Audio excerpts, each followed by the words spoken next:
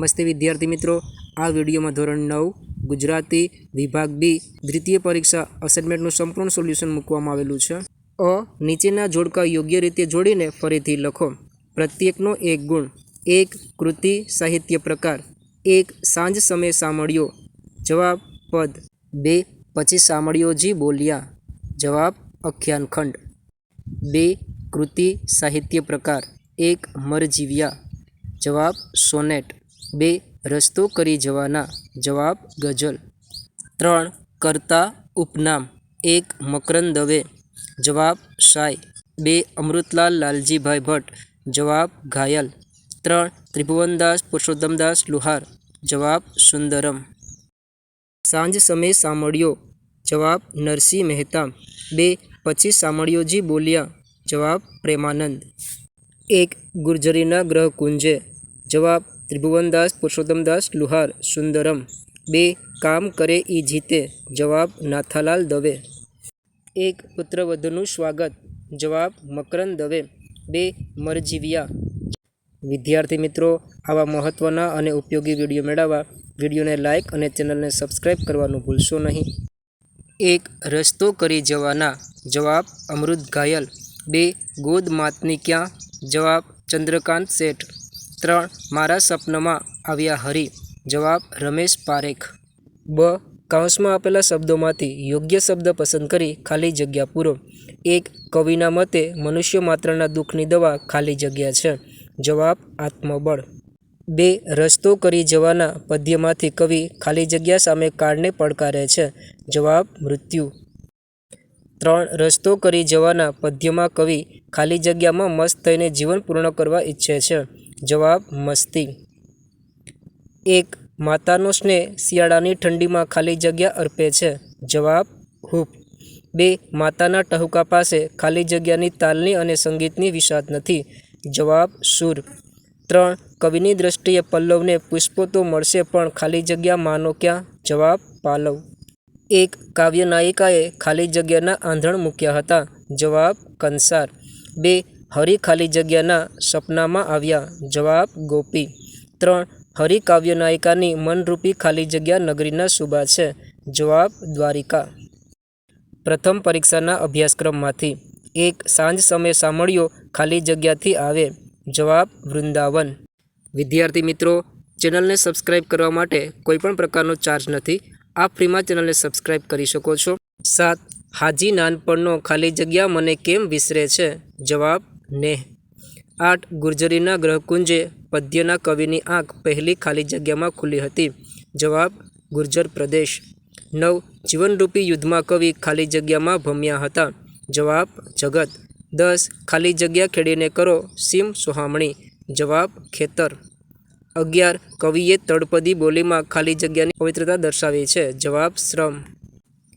12. કામ કરે એ જીતે કાવ્યના કવિના મતે ઉચ્ચ શિક્ષિત લોકો ખાલી જગ્યામાં બેસે છે. જવાબ ઓફિસ. 13. ખાલી જગ્યાના નીરને બાંધીને આપણા દેશને બદલી શકાય. જવાબ નદીઓ. ખાલી જગ્યાના વેણ કવિ મકરંદ દવે વહાલા નીતરતા લાગે છે. જવાબ પુત્રવધુ. 15. પુત્રવધુના આગમનથી કવિ ખાલી જગ્યાની સુગંધનો અનુભવ કરે છે. જવાબ કમળ. 16. ઘરની અગાસીનું ખુલ્લું આકાશ એટલે સન્માન ખાલી જગ્યા અને સ્વીકાર. જવાબ સ્વતંત્રતા. 17. સોનેટ ખાલી જગ્યા પંક્તિના છંદમાં લખાતું કાવ્ય સ્વરૂપ છે. જવાબ 14.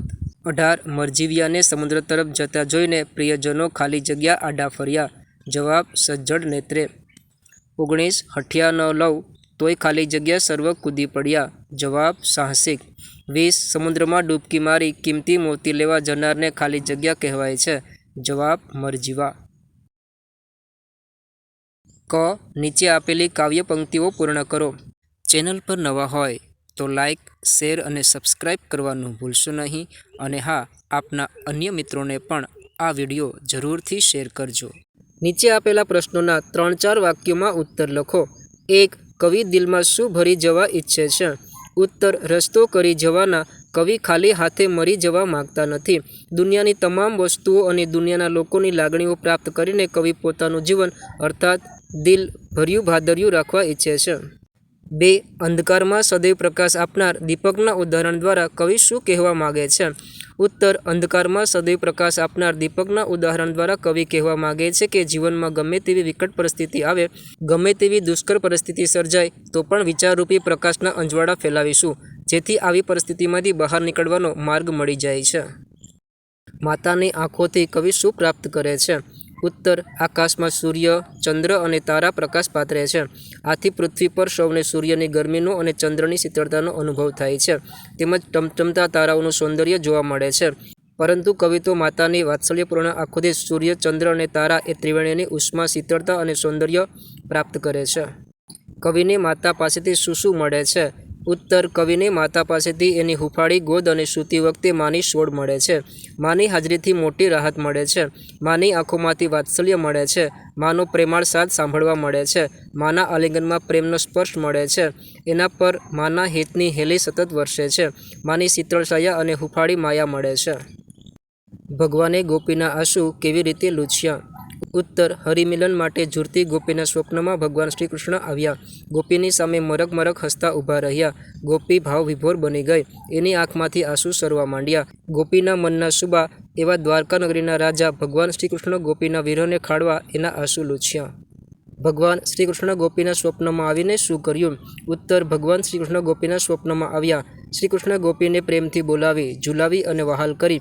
પછી ગોપીની સામે મરક મરક હસતા ઊભા રહ્યા અને તેના આંસુ લૂછ્યા.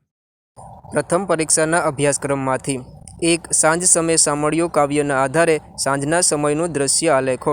ઉત્તર. સાંજને સમયે કૃષ્ણ વૃંદાવનથી આવી રહ્યા છે. કૃષ્ણની આગળ ગૌધણ અને પાછળ સાજન એટલે કે ગોવાળોનું વૃંદ છે. શ્રી કૃષ્ણએ મસ્તક પર મોર મુંગટ ધારણ કર્યો છે અને કાનમાં કુંડળ ઝૂલે છે. શરીરે પિતાંબર અને ફૂલની પછેડી પહેર્યા છે. આ પછેડી ધારણ કરેલા કૃષ્ણ સુવાચંદનની સુગંધી મહેકે છે. ચેનલ પર નવા હોય તો લાઇક, શેર અને સબસ્ક્રાઇબ કરવાનું ભૂલશો નહીં. અને હા, આપના અન્ય મિત્રોને પણ આ વિડીયો જરૂરથી શેર કરજો. શ્રી કૃષ્ણ અને બલરામ વચ્ચે કઈ સ્પર્ધા થતી હતી? ઉત્તર. શ્રી કૃષ્ણ અને બલરામ વચ્ચે કોણ પહેલાં વૃક્ષનું થડ ફાડે, કોણ પહેલાં એમાંથી લાકડા કાપે અને કોણ પહેલાં એના ભારા તૈયાર કરે એ બાબતે સ્પર્ધા થઈ. કવિનો પ્રારંભના જીવન માટેનો પહેલો અનુભવ શો હતો? ઉત્તર. કવિનો પ્રારંભના જીવન માટેનો પહેલો અનુભવ એ હતો કે ગુર્જરીના ગૃહકુંજે એમનો જન્મ થયો. અહીં જ પાપા પગલી માંડી. એમના યૌવનની વાદળી પણ અહીં જ વરસી હતી. એમનું યૌવન પણ અહીં જ પાંગર્યું હતું. મુદ્દાસર નોંધ લખો. કામ કરે ઈ જીતે કાવ્યના આધારે શ્રમજીવીની અભિલાષા. ઉત્તર. શ્રમજીવી આત્મનિર્ભર બનવા ઈચ્છે છે. એને સ્વમાનથી જીવવું છે. પોતાના બાવડાના બળે મહેનત કરીને તેને ભારત દેશના વિકાસમાં પોતાનું પ્રદાન કરવું છે. તેના હૈયામાં ખમીર છે. તેની પાસે શારીરિક શક્તિ છે. શ્રમજીવીની એક જ અભિલાષા છે કે તેને કોઈની સામે ક્યારેય હાથ લંબાવવો ન પડે. જો આપે હજી સુધી વિડીયોને લાઇક અને ચેનલને સબસ્ક્રાઇબ ન કરી હોય તો હમણાં જ લાઇક અને સબસ્ક્રાઇબ કરવા વિનંતી. આવા જ વિડીયો જોવા અમારી ચેનલને લાઇક, શેર અને સબસ્ક્રાઇબ કરવાનું ભૂલશો નહીં.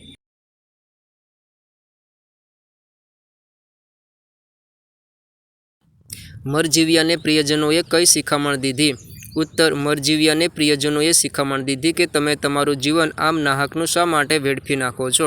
તમને સમુદ્રમાં ઝંપલાવવાની આ વિનાશકારી આંધળી બલા ક્યાંથી વળગી?